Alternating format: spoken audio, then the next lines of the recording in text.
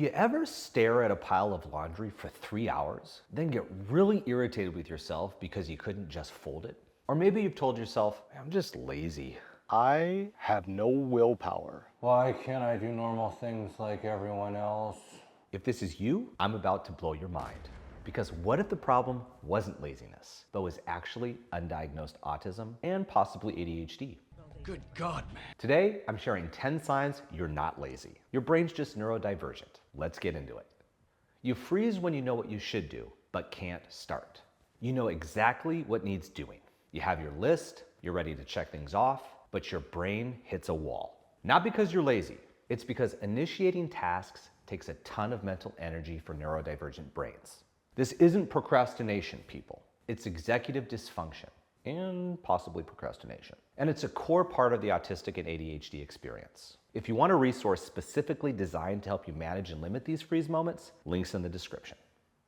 Routine tasks feel monumental.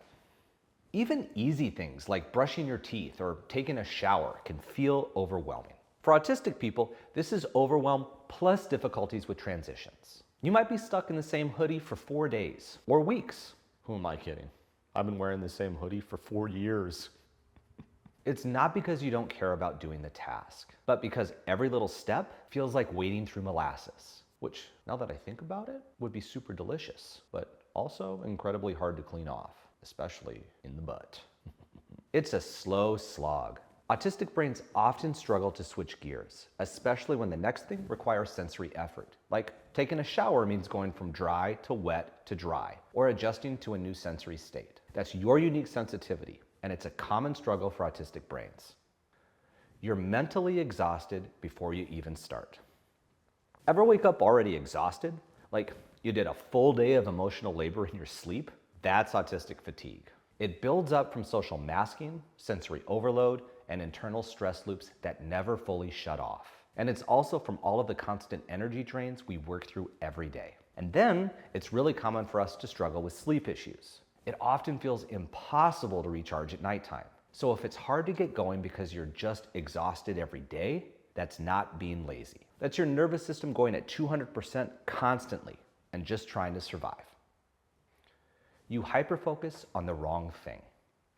You set out to clean the kitchen, and 3 hours later, you're deep in an obsessive reorganization of your bathroom cabinet, color-coded and arranged by size and hygiene category. Nope, it's not actually about avoiding the cleaning, although sometimes that's a bonus. It's your monotropic focus kicking in. Autistic brains often lock into one task with intense drive and ignore everything else. It's part of our wiring. ADHDers also can hyperfocus, so this is a common neurodivergent struggle. But let's be real. Sometimes hyperfocus can end up being extremely productive, just not in the way anyone expects. Wow, when I asked you to organize the kitchen, I did not expect you to create a giant poster wall. It doesn't seem to happen the way you plan to do it, which can really frustrate your autistic brain, especially if you have both ADHD and autism. The internal brain battle is real and exhausting. You avoid tasks that involve uncertainty. Just make the call. Book the appointment. Just send the email. Easy, right? Except your brain shuts down at the thought of unpredictable responses or open-ended interactions. If you're autistic, this is linked to your intolerance of uncertainty, and it's a well-documented part of autism. If a task feels ambiguous, risky, or socially confusing, total paralysis. But that's not laziness, it's self-preservation.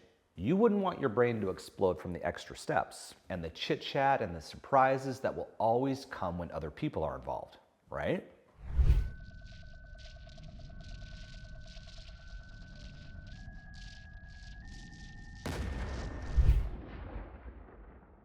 You forget to eat, then crash. You're irritable.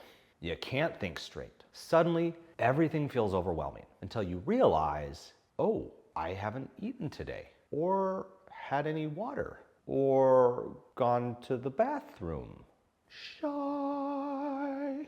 But this is often linked to interoception challenges, really common for autistic people and some ADHDers. We struggle to recognize internal body cues like hunger, thirst, tiredness, until we're in meltdown territory. So you're not just bad at self-care or lazy. Your body has your internal signal settings set on quiet mode. kind of like my iPhone alerts for the past 10 years. So even signals like needing to pee can go unnoticed, especially when you're hyper-focused on something. So you might forget to eat, then binge on whatever is right there because you're suddenly realizing you're starving and dizzy. You're not alone on this, but great hack, set alarms and reminders. Just try not to ignore them. You need recovery time after socializing. You went to a birthday party. You were on. You masked, you smiled, you made eye contact, and remembered to nod in the right places. Now you've been under a blanket and haven't moved from your bed for 48 hours. Oh, and you also can't form a sentence. Because that was not only your entire social battery, but also took a huge amount of cognitive energy. A lot of people, even autistics, enjoy being around people. But that's not how we recharge. We recharge away from people and stimulation. We need a lot of our own time and space, and we're not lazy for needing that. You're overwhelmed by visual or sensory clutter.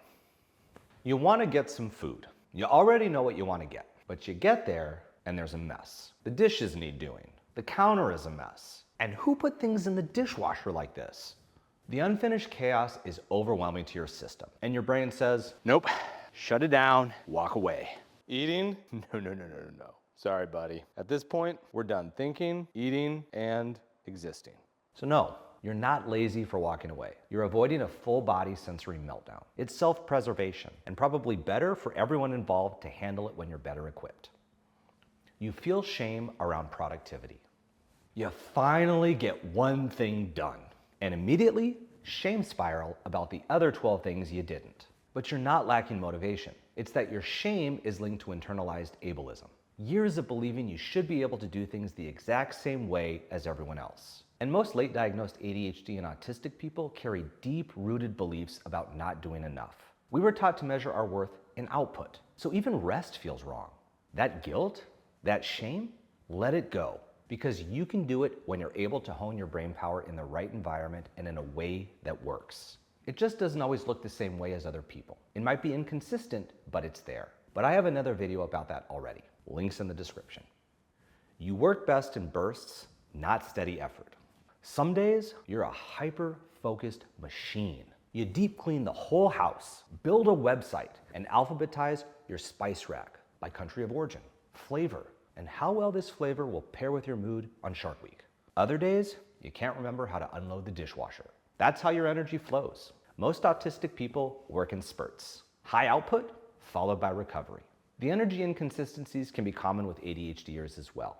And when you're both autistic and have ADHD, it's a constant internal pull. But get to know how your energy flows and how to work with it. You'll often see that your productivity levels still balance out like holistic people. Your shifts in energy are usually just more pronounced.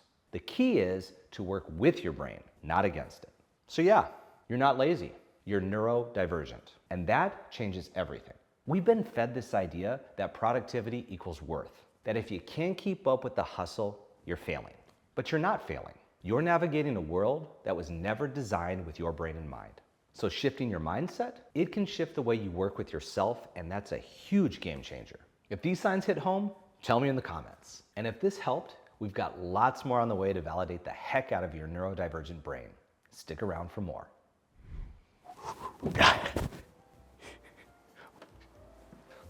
Nope. No, it's not gonna work. Eating? No. Sorry, buddy. At this point, we're done eating, thinking,